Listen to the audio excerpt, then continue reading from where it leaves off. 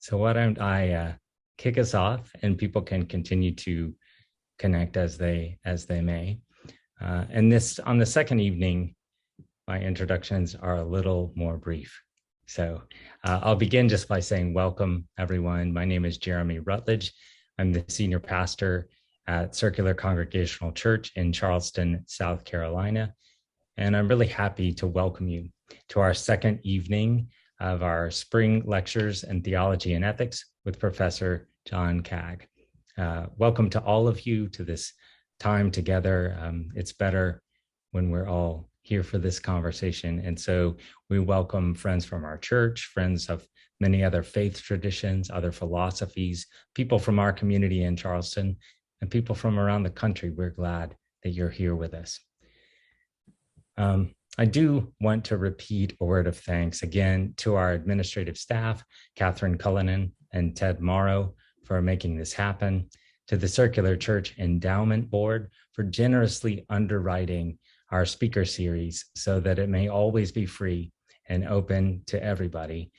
And again, thanks to each of you for joining us. It's hard to think of a better way to spend a Friday night than discussing existential questions with friends. So we're glad that you're here. A brief word on the format. In a moment, I'll pass it to John, and he'll guide us for about 45 minutes or so. Then he and I will have a little bit of conversation, and then we'll go to you. You can put questions in the Q&A, which is at the bottom of your screen, and we'll go until about 8:15. So we'll look forward to that. And so without further ado, let me just introduce John briefly.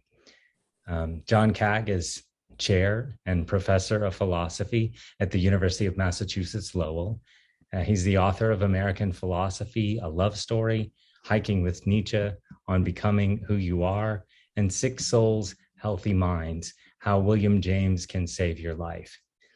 If you nose around on the internet, you may also find columns he's written in the New York Times, in the American Scholar, and many other places, or you may hear him on podcasts like NPR's To the Best of Our Knowledge, because John is out there doing good philosophy and inviting us all to join him, which is what we're going to do this evening. We are so fortunate to have John back with us for a second lecture tonight. Will you join me in welcoming our friend and teacher for the evening, Professor John Kaag. John, we're so glad you're with us again. Jeremy, thank you so much. And Catherine, thank you for helping organize this. And to the congregation, thank you for the invitation. It's a real honor. And I was saying to Jeremy and Catherine before we opened the presentation that last night was such a joy. And I actually very much miss being in person. And these pandemic times have made things rather distant, and I look forward to a time where it's much easier to be in person. But also, I want to say that the questions that you posed from last night surrounding James's lecture, Is Life Worth Living, got me thinking. And when I think, I don't sleep well. And when I don't sleep well, I get up early in the morning, and I end up writing and revising a talk that I was about to give this evening, which is precisely what I did at 4:46 this morning. And I have revised the talk and hopefully have integrated at least two of the questions that I received last night that kept me up at night. And I'd like to describe them in conjunction with some of William James's primary concerns. And I want to make sure that you walk away today feeling like you have a sense about some concrete things that you can do that James would have endorsed to face our very difficult times. What are the two questions that stuck with me? Well, the first one came from Phil Jose, I believe. And Phil a member of the audience asked the question last night. And the question, I'll paraphrase here, was something like, what is to be done? And if that question feels familiar, it's from Tolstoy, writing in the 1880s, but also from Luke 3:10. What is to be done in very, very, very bad times like the ones that we're living through right now? They feel rather desperate. They feel sort of all consuming. What is to be done? How do I know that I'm making a difference? Or even if I don't know if I'm making a difference, how do I feel like this is worthwhile, right? The central question that we brought up yesterday is life worth living? And we talked about William James's response. Maybe life is worth living. It depends on the liver. And it depends on the liver, at least in part, because it depends on how we choose to act and how we choose to interpret the world and how we choose to take up the meaning of life for ourselves. So we'll talk about Phil's question, but I also want to talk about a second question that bothered me almost more than Phil's did, which came from an audience member who I believe was named Sharon. And Sharon asked me a question that sort of set me aback. Oftentimes when you give talks, you think, oh, well, this is going to be, like every other talk. But that's really not what you think. You hope for something special, right? And Sharon, I have to be honest, you gave me something special in your question. Because Sharon's question, if I understood it correctly, was this. She posed it right after I had described William James's background and the fact that his father, Henry James, was a Swedenborgian, a follower of Emanuel Swedenborg. And she posed it this way. She said, in Heaven and Hell, a work that Emanuel Swedenborg writes, Swedenborg describes a separation between good and bad souls in the afterlife. And she wanted to know, I believe, how that separation in Swedenborg played itself out in William James. And quite frankly, it struck me at first glance. I was like, wow, that's a very academic, that's a very, very intellectually high-minded question. And it might strike you as such right now. But I think it matters, and matters a huge amount. And it kept me up late last night, and I'm going to try to explain why. And I'm going to try to weave that sort of response to Sharon and to Phil into a lecture or talk of about 40 minutes where we get a sense about what William James would encourage us to do in the hardest of times, maybe the times that we're living through right now. So that's what's on the docket. And in the process of addressing Sharon and addressing Phil and bringing William James in, I suspect you might also feel the work of David Foster Wallace in the background, and maybe a fellow by the name of Albert Camus, the author of The Plague, in the background. So just FYI, there's the warning. So on to the lecture. Phil and Sharon, thank you for the inspiration and for the very early morning. Here we go. So we said yesterday that William James provides an answer to the question, is life worth living? Maybe. It depends on the liver.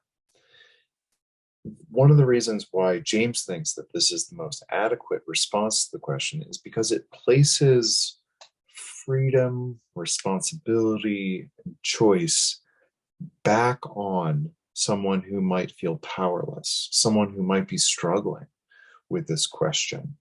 So when he says maybe it depends on the liver, it's up to you to make life worth living, your life worth living. That's the move that is, for James, I think, an empowering moment. It's a moment to say, it's up to you. It's about your free will. You still have a choice. Now, to Marcy's question first. When Emanuel Swedenborg writes Heaven and Hell, he says that when souls, spiritual forms, go to the afterlife, they are categorized in two ways. So you have sort of good souls and bad souls. And usually, in a sort of standard theological conception, at the day of judgment, God is looking down and saying, you were good, you go to heaven. You were bad, you go to hell. Right? That's a standard theological model. There's a sort of day of judgment, and God, sends people to their respective places.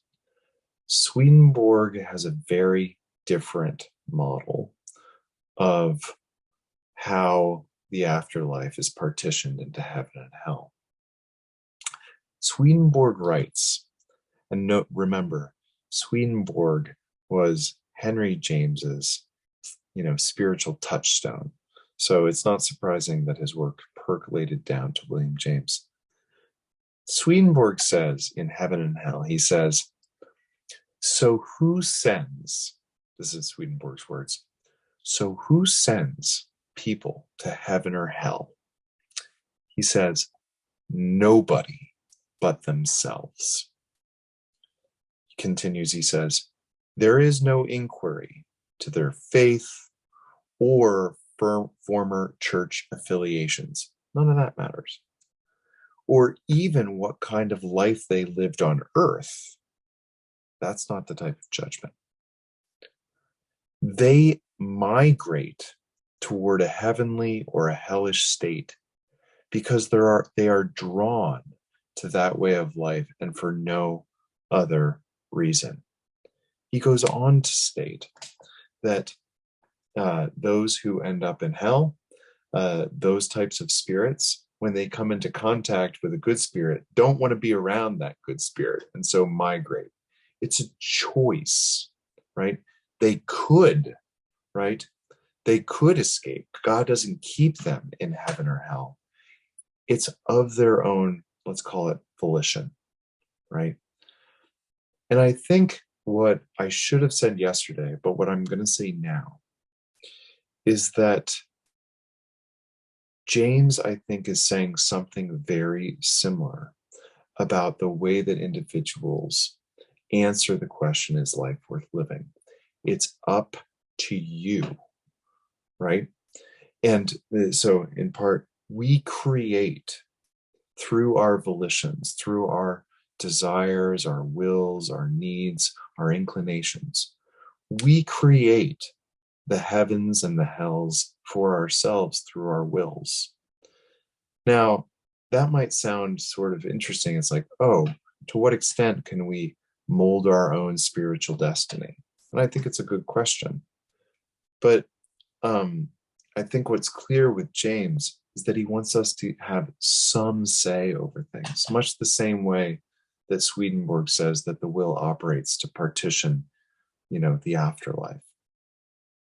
The question that I want to talk about tonight is, do we create a heaven or a hell, not for the afterlife, but in life, on earth, right now?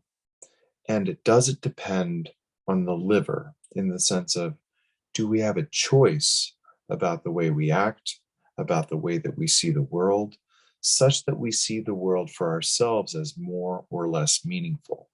I think James was onto this. And I'm going to use two essays in James. First is Life Worth Living. We might start there. But I'm really going to push toward a second essay that I want to spend some time with, which is called On a Certain Blindness in Human Beings. Now, when I teach ethics at the university, my students often say, well, ethics is easy. You just act better. You just act in a good way or a moral way. That's it, right? And then I bring about the sort of situation that Aristotle says to my students, and I say to them, hey, you know what? It's really quite difficult, because those individuals who might need moral education the most at certain points in their life are probably not in the best position to accept that moral education. In other words, those people who need the moral education can't get the moral education. And those people who, let me rephrase, those people who need the moral education have trouble hearing the moral education in the right way. And those people who don't need the moral education, namely who are already moral, well, they could learn the lesson, and that's fine, but they already have it. And now we're kind of tracing our way back to Phil's question, which is, what do we do in these times? And um, how do we act such that we feel like we're making a difference? And how do we change the world, even when those individuals who seem to need moral education the most seem the most unable to hear it or the most inaccessible? That's the question that we're now going to move to. So I think one way into this is better understanding ourselves and the sort of feelings of meaninglessness and the feelings of sort of quietism and feelings of making a hell for ourselves. And where do those feelings come from? So getting into the mode of acting rightly, being more moral than we currently are, I think has something very important to do with understanding and being honest with ourselves about how we feel right now, right? And I think that doing so can give us a way into a new type of action and insight that William James would have supported with the help of a more contemporary fellow by the name of David Foster Wallace, who you might be familiar with. So here we go. Ask yourself, how much of your life do you spend in which you are bored, angry, sad, or disgusted? Ask yourself that. Maybe ask your kids that. Maybe ask your students that, or your peers, or your colleagues or coworkers. Just ask. And if the answer is less than 40% of the time, then I'm thinking, well, it might still be a dour sort of situation, but it's not that dour, right? But unfortunately, in my experience, many of my students say that I'm bored, angry, sad, or disgusted a lot of the time, right?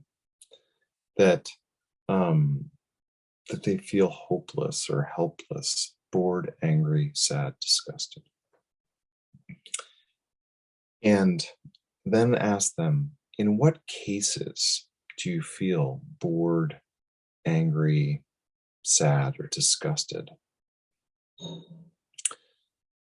situation, I think, is all too common. Students, individuals in the world find themselves in lines, like in traffic jams, in grocery lines, which they find incredibly annoying, right? Sad about failures that they might have, or bored with other people because they don't see why those individuals matter to them in any particular way. And I ask them, come on, think about it. Why do you find yourself in this emotional state? And oftentimes they don't come up with a particularly, they don't really know. They just say, well, I just tend toward being this way. William James provides an answer, and he does it in a late essay called On a Certain Blindness in Human Beings. Right? David Foster Wallace, I think, picks this up in a very famous graduation speech called This is Water. But let's start with James.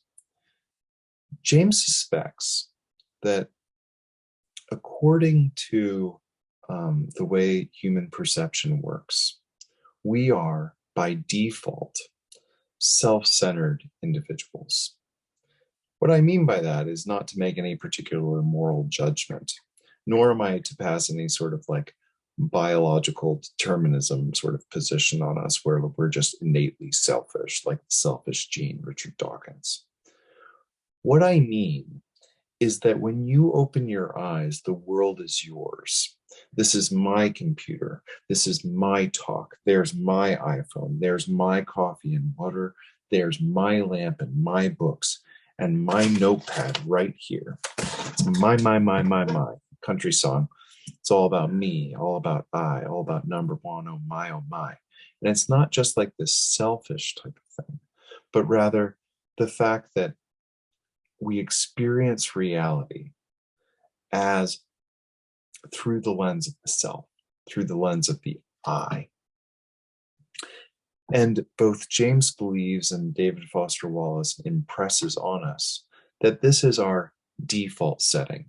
Sometimes my students don't quite know what a default setting is. So I talk about old Nintendos, these old video games that had default settings, namely the type of setting that is hard coded, that is in the system already, right? And you don't have any choice about it, right? It's just the way it is. But both James and David Foster Wallace say that you do have a choice. Now, the question is, why would you want to break this default setting?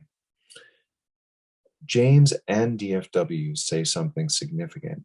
They say that the reason that we feel so bored, angry, disgusted, and sad is because we are interpreting the world through our default setting.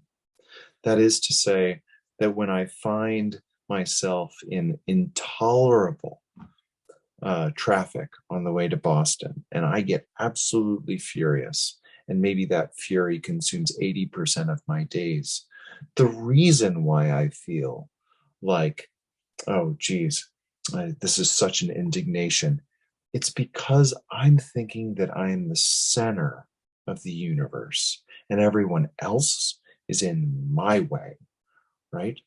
And in fact, that's the way that we go about the world generally, right? Or many of us do, because it is our default setting. Now, one of the reasons why you might want to break out of that default setting for James and for DFW is it limits our capacity to experience anything like joy and meaning. And so you feel the anger of selfishness, right? I mean, you feel it because it's right. I mean, you're in that grocery line and that person who's just moving too slow, right, at the grocery line. And why isn't the cashier moving faster so that me, can get home to my family so I can get dinner on the table at 5:30 so Henry and Becca aren't, upset, right? That move, according to pragmatic thinkers like James, like Jane Addams, like Emerson, like I would even say DFW in the 20th century, that move, right, is not a choice. It's simply giving in to the way that we have been hardwired and our perception has been hardwired from the beginning. But thankfully, James says that we have some sort of choice. I'll say one more thing about, we're going to turn to James on a certain blindness in human beings and sort of flesh this out in more detail. But I want to say one more thing about this. That DFW in the speech, that becomes This is Water, says that we usually operate as being imperially alone in our skull-sized kingdoms. And we end up worshiping the self for most of our lives. We end up feeling, worshiping fame, worshiping money, worshiping our own time, worshiping material possessions. And we always feel like we don't have enough, like we're not powerful enough, that we're not beautiful enough, that we're not young enough. Now, every great wisdom tradition has some version of this truth. Christianity, Buddhism, Islam. And it's because if you end up worshiping those things, which go along with the default setting, the feeling of being imperially alone in our skull-sized kingdom, you will feel small. You will suffer, right? And DFW and William James key right in on this. Now for the choice. Phil says, what is to be done, a la Tolstoy? Well, I think what is to be done for James, at least at first, is to start the resurrection at home. In other words, start the personal revelation, start the personal spiritual revolution, if we're going back to the transcendentalists. Start it at home. In other words, start it with yourself. And you'll find that it moves into all sorts of different areas very shortly. But let's just start at home. Now, what does that look like for William James? In this late essay called On a Certain Blindness in Human Beings, James is he's in North Carolina, right? He's down where you folks are. And he's driving around the mountain country of the Carolinas. One of the reasons why I had to reshape this talk was because you're down there. So he's bumping through the Carolinas. And James, who had been brought up basically in Harvard Square his entire life, right? He's bumping around North Carolina through the hills. And he goes past what he calls Coys. I hope I'm pronouncing that right. It's Coyes. It's basically small villages or small hamlets of houses where all of the trees have been cleared, right? And in A Certain Blindness in Human Beings, an essay that James writes, he admits that he was going through this journey, and at first he looks out into the countryside and where these individuals, these neighbor, perhaps you're close to where you folks live, right? He's traveling through the countryside and he thinks, oh my gosh, this is simply so ugly. I'm disgusted. I feel sort of bad. Now, you might think, James, you are such an elitist. You're such a northerner. You're such a Harvard Brahmin. You're so rich. John Kaag, grew up in central Pennsylvania, which basically means that James is saying the same thing about the communities where I was raised, which is you go down the street and it's not fancy and everything is cut down. And what we think of as, a well-cultivated garden/yard is where all the trees are chopped down, right? And we've built some houses that might not be so aesthetically pleasing to somebody who comes from Harvard Square. And that's exactly what James says at the beginning of this essay. And we might judge him and we might think, oh, you're so elitist. But James does something that is remarkable and I think instructive for us. What he does is he decides to break out of his default setting. Remember, the default setting is being imperially alone in your skull-sized kingdom, to be possessed by the self, right? To interpret the world through your own lens, your own desires, your own needs. In a certain blindness, James says, he asks his driver, he says, driver, who lives there? Sounds much like Siddhartha when he takes the path outside of the city. Who lives there? I don't understand that. I don't understand who's living in those hovels or in those houses over there. And the driver says, we do. We don't consider, this is in the driver's voice. The driver responds to James. He says, we do. We are not happy until we have one of these coys cultivated, which to James's mind means everything chopped down and built up, right? There's no natural beauty according to James. But the driver who comes from this neighborhood, who comes from this place, says, hey, we live there and we like it here. It's beautiful to us. At that moment, James does something very unique. He says that the certain blindness in human beings is our inability and our tendency to overlook the vibrant inner lives and desires of other people. Now, you might think, oh, James is just going to do a sort of moralizing finger wag and say, hey, you know, you shouldn't be less selfish. He's not going to say that, right? Neither is DFW, neither is David Foster Wallace. What James is going to say is that we have a choice about whether we stay in the default setting.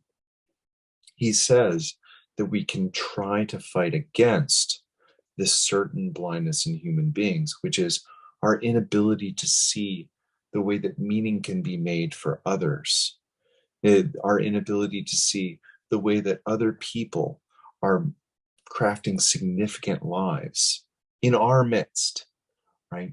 The traffic jam that I am stuck in, there are other individuals trying their darndest to make their own lives significant in their own ways, right?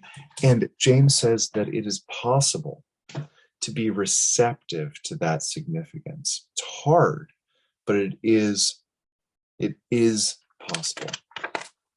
Now, so at least in part, you should, when you read this essay, which I would really encourage you to do so, James says, it's something like, oh my God, I was blind and now I see, right? It's like, oh, I see that there's significance out there and I need to appreciate it.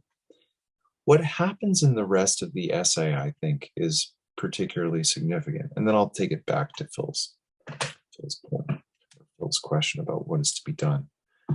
What happens in the essay is that James gives a number of different cases from literature and from history where individuals have undergone this type of transformation, right? Where they have come to see that significance is beyond them and that they can connect with it. In the Varieties of Religious Experience, James makes a division between what he calls the sick-souled and the healthy-minded. The healthy-minded are individuals who see life as meaningful all the time. They see, or most of the time, they see life as significant. They feel connected to the universe at large. They feel connected to each other, to their neighbors. And James says, fair enough, healthy-minded. But there are also those sick souls, those individuals who feel the light, who feel life and feel the universe as being very alien to them. I believe that in On a Certain Blindness in Human Beings, James is giving us some clue about how to change or how to be twice born, as he says in the Varieties, for these sick-souled individuals. Because James is saying that there is choice about how we interpret the world. We get to choose what to think, choose how to perceive, and choose what to worship, right? And this choice is also a practical one. The choices that we make about what to think, what to perceive, and what to worship translate for a pragmatist into how we act, right? And that experience of being twice born and of choosing a new way to think about the world, noticing that there is significance beyond us, being just a little more selfless, which we'll talk about in just a second, is a way out of the feeling of being a sick soul. Because the feeling of being a sick soul is as follows: being bored, being disgusted, being angry, being sad. And while James partitions the social order in terms of these two varieties of individuals, I would say that actually sick-souledness is much more common than James makes it out to be. That we go through bouts of the sick soul, that we have a choice to come out of it in a particular way. And I think that honestly, one of the best instructions James gives is to break out the default setting of interpreting the world through the self. Now, why do I say that? It's because there are a number of passages where James in Certain Blindness says that the world calls us out if we are willing to listen. That um, seeing a flower on a sort of dark afternoon can change you and change the world for you. That seeing a koi or seeing a little hamlet in North Carolina can change the way that you see the world if you allow it to, because there is inner significance there as well if you are open to it. And because Sharon and Phil bothered me so much, I went back and read On a Certain Blindness because I remembered it was from North Carolina. Again, and I know it's North Carolina, South Carolina, I get it, but it was Carolina and it stuck in my head. So I went back and read it, and there's a passage that I want to share with you now. It's a passage that has bothered me for at least 4 hours. So here it is. He's describing the ability to see the world as calling us out, and the ability for us to interpret the world as not being simply a way of serving our own self-interest, being genuinely receptive to the significance out there. Okay, that's where he's going. I'll read you the passage. 1 second. James writes, "The occasion and the experience then are nothing." What he means by that is, it doesn't matter where it is. This is James again. It all depends on the capacity of the soul to be grasped, to have its life currents absorbed by what is given. This is a very different way of talking about perception. Perception usually is regarded as something that we do actively on the world. No. The world is out there. Its significance is out there calling us, and we need to be grasped by it. And then James cites this amazing passage from Emerson's Nature. James writes, quoting Emerson, he writes, "Crossing a bare common," says Emerson, "in snow puddles at twilight," in other words, in the dark, in the dismal dark, "under a clouded sky, without having in my thoughts any occurrence of special good fortune, I have enjoyed perfect exhilaration. I am glad to the brink of fear." End quote. Now, this is the moment, I believe, where we overcome our default setting, where we realize that something that seemed completely devoid of meaning actually has deep significance. And we let ourselves into that insight, at least in part by letting our own sort of apparatus of interpreting the world go. And this is the quote from On a Certain Blindness that I hope will sort of pull the two lectures together. I had never noticed it before yesterday. This is it. In On a Certain Blindness, James says, "Life is always worth living if one has such responsive sensibilities." I'll say it one more time just because I think it's so significant given the maybe that we just explored in the last lecture. James here says, life is always worth living if one have such responsive sensibilities. James goes on to explain why we don't have such responsibilities, but the if is crucial here. Life is always worth living if we choose to be open, right? And this is something that, do you know what another word for an if is? It's a maybe, right? Life is always worth living, right? If we have such responsive sensibilities. And I think that what I'd often overlooked with James, and what I think commentators continually overlook, is James is usually regarded as this sort of active, sort of muscular fellow who sort of pushes his way through the world.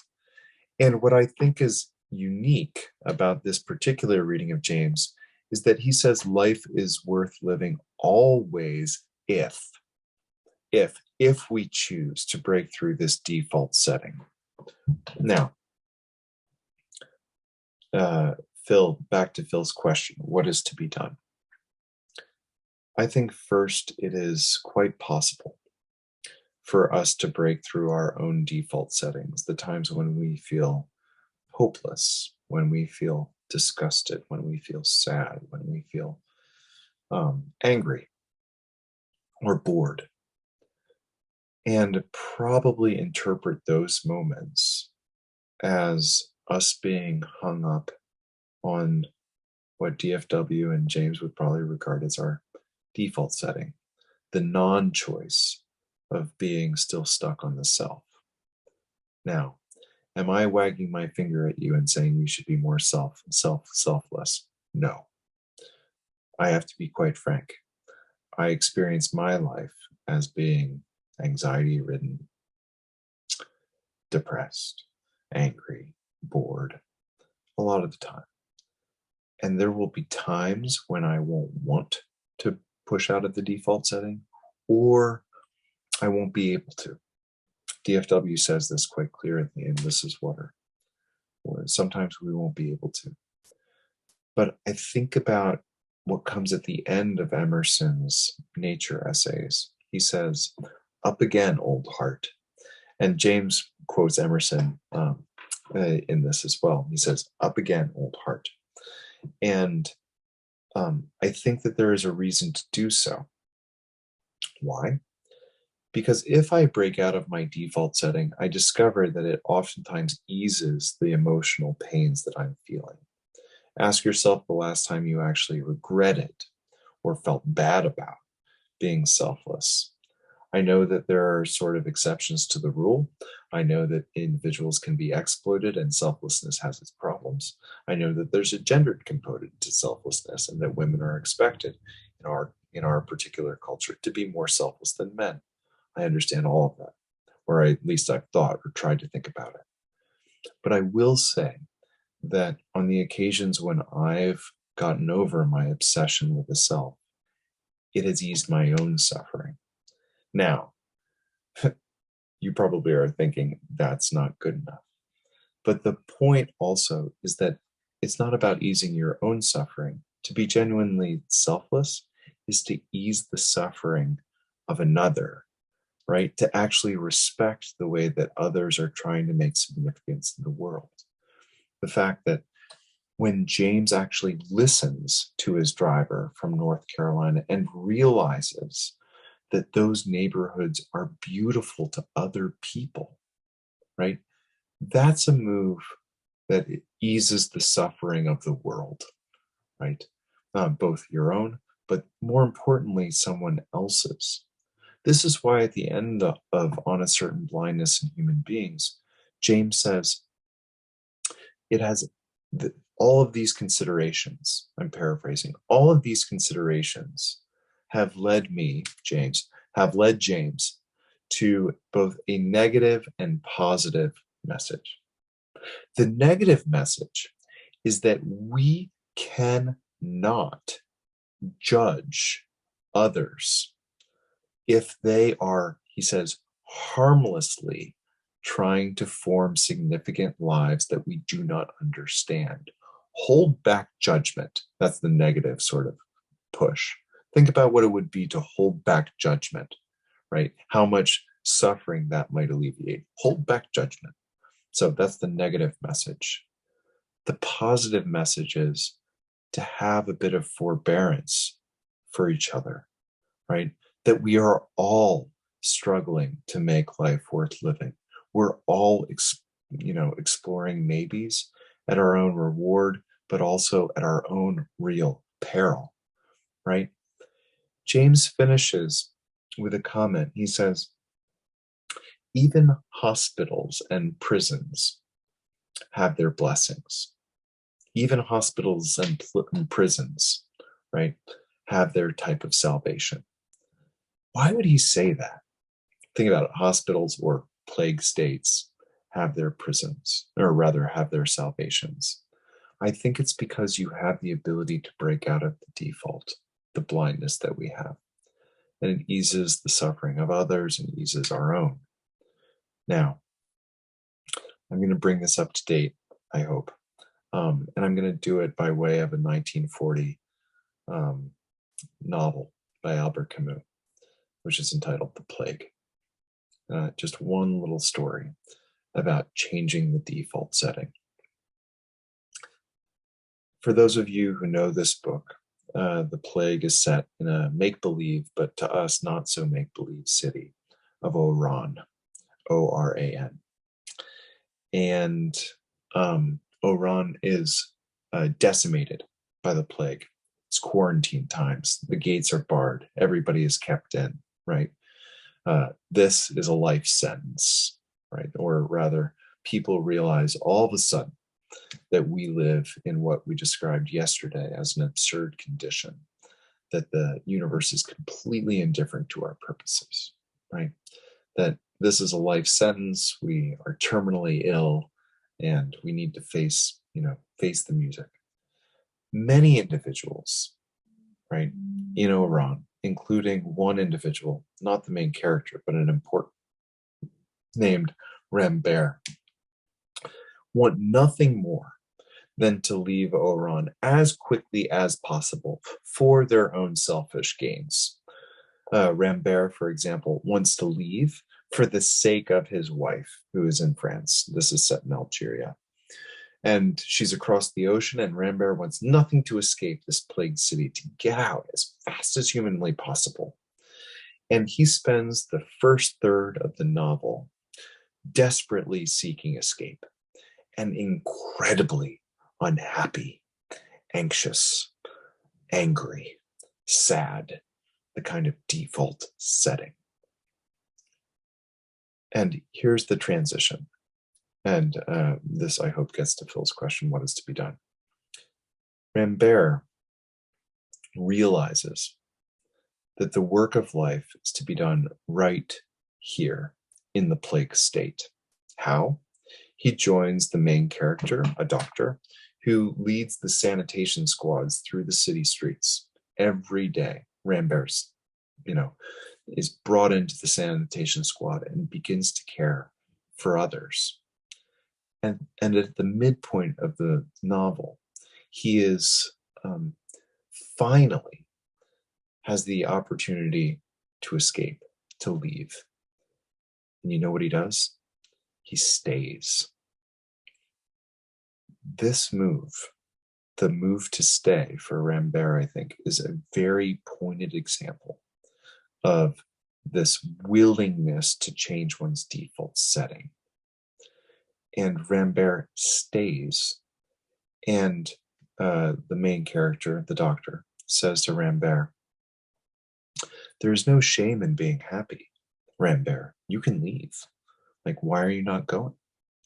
And Rambert says, "It is not shameful to be happy, but perhaps it is shameful to be happy by oneself, to be happy alone." And I would add, perhaps it's not only shameful, but perhaps it's also meaningless to be happy by oneself. And this move to actually stay, to sacrifice something of yourself, to be selfless, to make something sacred, to make the help of others sacred. This is the move that James is describing, I think, in On a Certain Blindness in Human Beings. And I think it gives us some direction, I hope at least, about what is to be done. So thank you so much. Jeremy, it was an absolute pleasure. And I am happy to field as many questions as possible. Thanks. Thanks so much, John. Well, and I will, I just a moment or two of conversation, and then we'll turn to questions. And I was thinking primarily about our defaults. And the first question I had, John, was what what James might say to us if our default seems like it may have gone from an obliviousness toward others toward more of an aggression or hostility, that we're not just strangers from each other, but in this political climate, we're adversaries, even enemies. And I wonder, the default seems to have moved, or sometimes it feels that way. It's a Again, really, really interesting question, hard question. So I'll say this, that the reason why I started the lecture with a description about one's own mental state, and this idea that one has to at least be honest with oneself about he, she, or they are feeling, that oftentimes, at least in my experience for students at least, has been the first move of them realizing that they might want to do something different. Because if you really are honest with yourself and you come to the position that you're angry, bored, disgusted, and sad, a lot of your life, a lot of the time, that creates the motivation to think, why am I so angry? Like, why am I lashing out? Now, this is a really, really hard nut to crack. I think a little bit about the story of Jesus and the demoniac, or Jesus and the person, the man possessed by evil spirits. Jesus approaches him, and the man possessed by evil spirits pushes Jesus away. He wants nothing to do with him, right? He's very happy to sit in the corner with his sharp stones and hurt himself, right? Cut himself, or to lash out at passersby, to hurt others. He's very happy to do this. And James, Jesus eventually exorcises those demons. And one way that that event is interpreted is that Jesus comes to, show that freedom, while being incredibly, incredibly anxiety provoking for some people, they would rather cut themselves with sharp stones and hurt others than to be free, to exercise the freedom to free themselves up from the default setting. When Jesus frees the demons, they go over a cliff, as the legion in the case of a herd of pigs. The suggestion being that there are lots of demons that are like this. I think one of the issues does turn on freedom. To say to someone, you are hurting yourself, you're hurting others. Are you really happy? Are you really happy with this life that you are crafting? Are you really happy with the sort of spiritual destiny that you are forging? And to say, if you want to change, you have that possibility. Like, you are not, there's never a time, or at least I don't believe there's ever a time when it's too late, right? It's not too late. You can change. It's not the end of the world. Your little comfortable corner of hell, you don't have to stay there. You don't have to. So I think that that's at least I say that to my students. And that doesn't answer the question about violence, but I think it directs me, at least as a teacher, to what might be motivating for someone like that, which is, are you really happy in your quiet nights?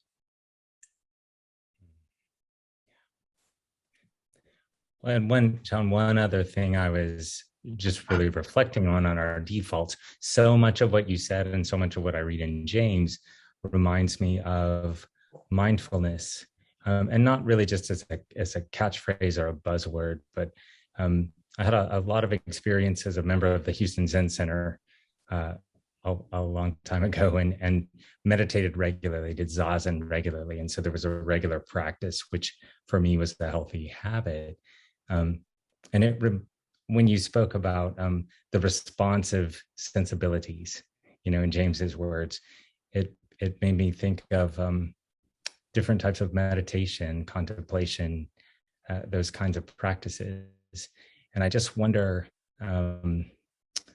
I'm searching for the question in this, but I wonder if James would advise us to slow down in a sense, or develop the habits of, I think sometimes we can't even ask the question, am I bored? Am I angry? We don't even slow down enough to let the thoughts catch up to us. And I wonder if he had things to say, or if you have things to say about those kinds of practices or healthy habits. James was very good friends with one of the founders of yoga in the United States, and actually made the comment. James believed heartily in not the mind-body divide, but the mind-body connection. He's not a mind-body dualist. He believes that we have embodied minds, and advocated for yoga strongly. And this idea that yoga is a type of yoking, yoga, yoke, you yoke yourself to the universe when you do yoga in a certain way. You hinge yourself to the universe in a particular fashion. And you yoke more closely your mind with your body. So he advocated that yoga practice, and he actually said to the teacher that pragmatism is, the pragmatic maxim says that truth should be judged on the basis of its practical consequences. That this connection between thought and practice, thought and action, right, which yoga advocates, he says to the teacher, he says, pragmatism is basically like yoga, isn't it? And I think that that's interesting. I think that, so that's one sort of practice James would encourage. James was also a famous hiker. When I say famous, again, I don't mean like famous like stardom. He was just a really brilliant, sincere hiker. And he hiked in the Shakoroa in Shakoroa, New Hampshire, in the White Mountains. He had a house there. And he said, I have to have some of this barren, wild nature every single year in order to keep me human. Otherwise, I'd become too stale and staid in my university. And I think that this is another thought, to be out in nature, to get on your feet, to carry yourself over. I think James would encourage us to get out and go for a walk, much like Thoreau. Yeah, absolutely. Thanks. Well, I think yeah, there are a lot of walkers in this crew, and it's good advice for all of us. And by way of practice, I'm going to turn to the Q&A. I can put in a word for this practice in these days of screens. I've been scheduling walks, and so I'll schedule a lunchtime walk. It's getting a little warm. I think I've moved them up in the mornings now, but just having it on my calendar and just doing it as a practice, it's made a great difference. So let's go right to the Q&A, friends. So Giovanni Dawson has the first question. With regard to the concept of moral equivalence to war, did James, like many of his class, avoid military service by paying for a substitute? And did this create an ethical dilemma? Great question. So he did not pay for a substitute. That being said, he didn't fight in the Civil War either. And there's some question about why not. Some will say it was a health issue. Some would say it's a mental health issue. Some would say that he was, occupied with other sort of pressing issues. Both of his brothers fought in the Civil War, one of which was injured in the Civil War.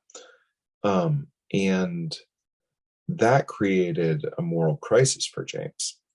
I think James always felt like he had not done, first of all, his duty, but also missed an opportunity to experience something of the reality and horrors of life, and face them, and to, see what he's made of in the face of that. Um, the, to our ears, that sounds kind of, strange.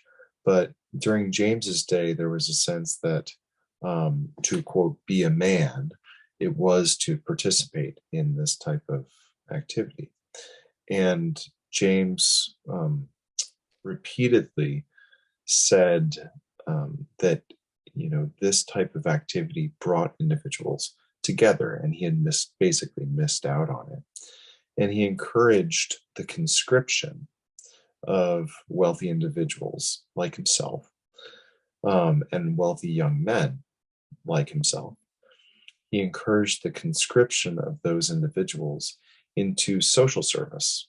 So he said, in Moral Equivalent of War, he said, instead of, as I said last night, instead of fighting each other, perhaps we should build public works and mine and go and sort of, bring the lumber in and work with our hands and work together and strive, he says, strive against nature. I don't think he means just kill nature, but I think it's kind of more like Menelaus. It's more like striving with, or, struggling with the angels, basically, kind of this struggle against nature, is the moral equivalent of war. But yes, I think it created a bit of tension for him. Yeah, both philosophical and also personal. All right, the next question is from Debbie.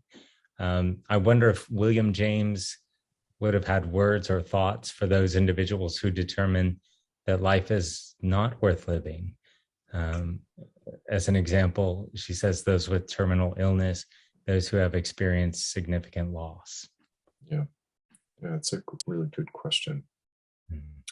So as I mentioned yesterday, I think that one way of reading "It Depends on the Liver" is James's willingness to leave the question open whether certain types of lives placed in certain types of contexts were in fact unbearable for those individuals.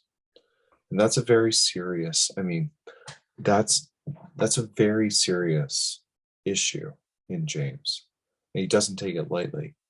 And I think also he gives a number of sort of supplementary arguments that say, even if you're in those contexts, you still have a choice. You still have possibilities. You still have the maybes of life that you might explore. But I think he's also a particularist and a pluralist enough to say that certain times I do not understand how bad it could be. And he's going to leave open the possibility that he doesn't understand that, right? And that someone else might have a reason. I'll be very frank. Like my mother is suffering dementia, and I've thought about this quite a lot and thought about it in a real, practical, personal way. Like, do I not understand what her life is like? So to answer your question, I think it's a hard answer for James, but I think he's willing to bite the bullet and say, I'm going to leave open the possibility that individuals might decide to that things are simply too hard.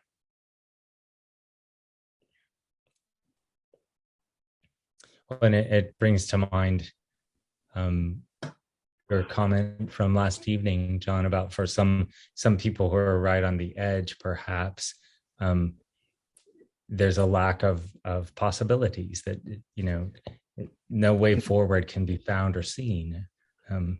Yeah, and that's exactly it. And I want to say this so carefully because I do not take this lightly.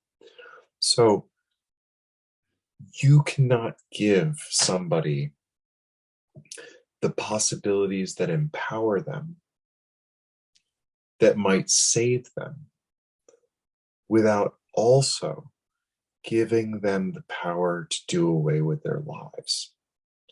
So when James says it's a maybe, it depends on the liver, it resonates in two ways perfectly equally, that you have the ability to wake up the next morning and to explore the maybes of life.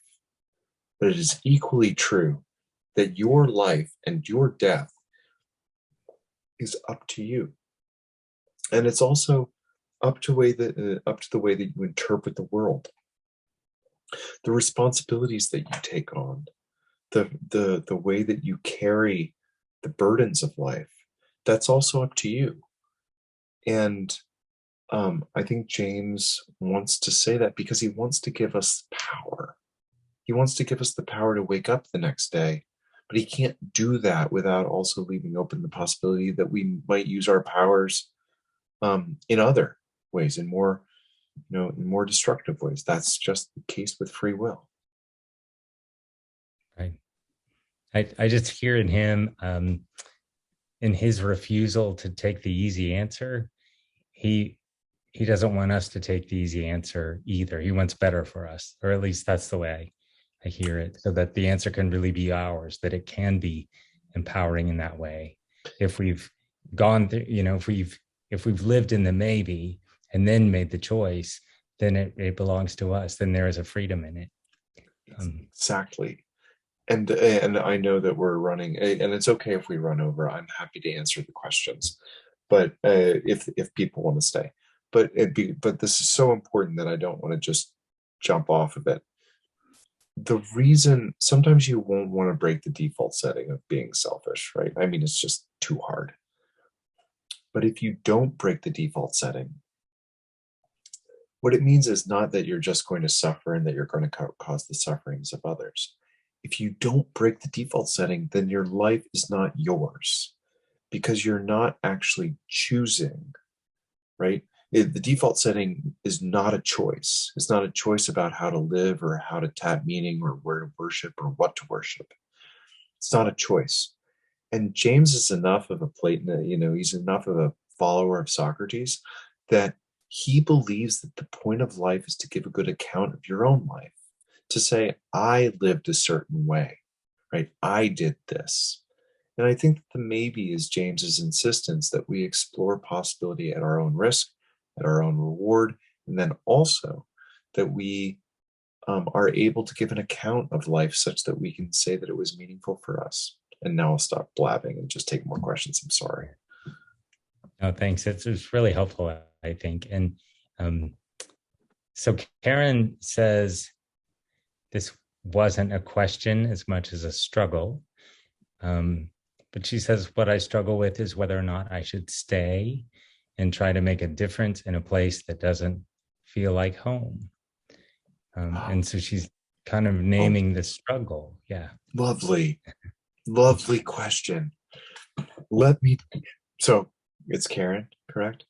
Yes. Karen, you need to read The Plague. If you haven't read it lately, read The Plague. So Rambert, the character that I brought out, he's a stranger in Oran, right? He doesn't belong there. He's been trapped there by the plague. He's a complete stranger to the city, right? And he wants to leave. Through the first third of the play, he's like, get me out of here. I don't belong. I can live a much better life somewhere else, right? But as Ralph Waldo Emerson says, my giant follows me wherever I go. In other words, when you go somewhere else, it's also going to be, life. It's going to be you and life. And Rambert stays, right? And suddenly, by staying and by investing himself in a particular way, he's not an outsider anymore. But Rambert finds a way to invest and finds a way to self-sacrifice. And I would say, as a very practical matter, if Karen were to come to me to my office and say, what should I do?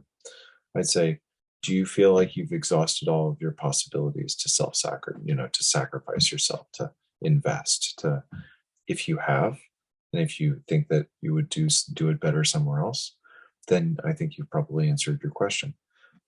But no place is that different. Like, you still have to find a way, right, to lose yourself, right, to lose that default setting. Right. Oh. And gosh, I wonder, in addition to James, what David Foster Wallace might say to that question. Um, I mean, DFW is such a difficult thinker to deal with, primarily because he gives This Is Water, where he says that we should break out of our default setting to make life worth living, and then wasn't able to do so himself. And which is both sad and tragic. And he foreshadows it even in the lecture. He says, sometimes you won't want to or be able to break out of that default setting or to sacrifice something of yourself. But I would entreat you at DFW to stay, right? To think about the maybe as always present. So another thing that I did not say, but I will now, is that James's maybe is not simply maybe yes, maybe no, maybe I should live meaningfully, maybe I should not. It's rather, I think James's maybe is always present, primarily because the universe is set up in a particular way that operates on maybes. And whether that's divine or not, I personally think it is. But so I would just say that, I guess. Thanks. Well, I think there are two more questions in the Q&A. Great. From Bill, what did James think of Mark Twain? Thinking especially of Twain's idea that travel is an antidote for bigotry. James's North Carolina trip suggests the removal of the selfish default by confronting new places that are truly strange to the traveler. Again, it's a lovely question.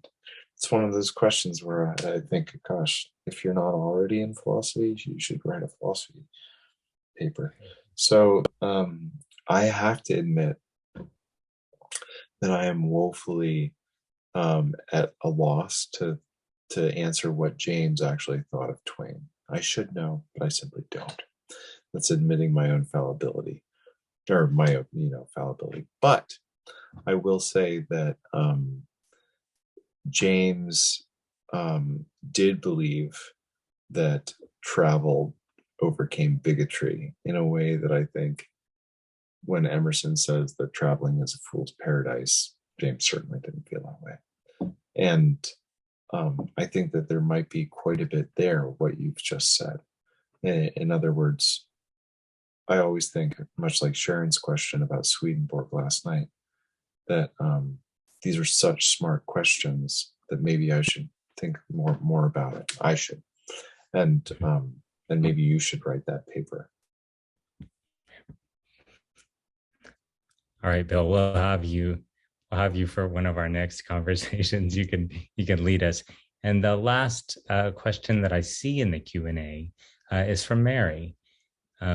It seems like the maybe stance, which opens up a range of possible probabilities, could be viewed as a form of prayer. This gives me hope. And she didn't put a question there, but what do you make of that, John? I think I want to join your congregation, is what I think.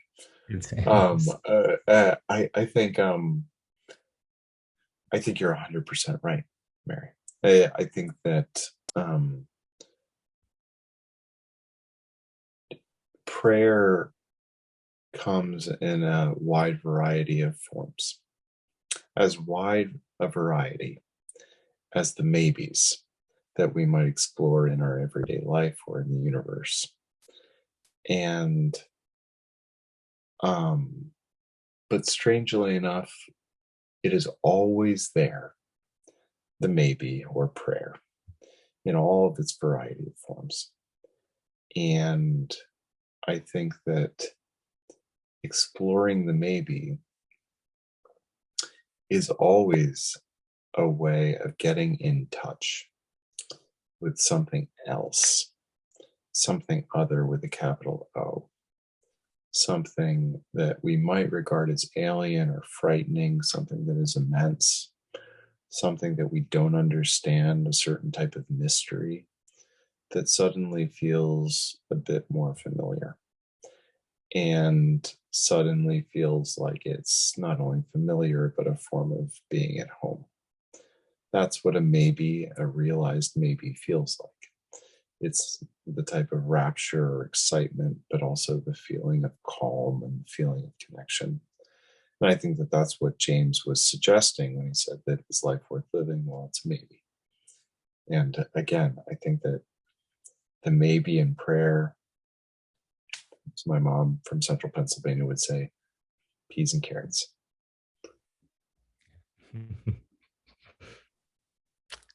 To which I can only say amen. That's a kind of a lovely way to wrap up this evening. I think is the maybe as a prayer of its own. Thanks, Mary, for that Oh, lovely insight insight. Thank you, as Mary. well. And Yeah. thank you, Jeremy. It's been an absolute pleasure. Oh, and for all of us too, John. Thank you for being with us.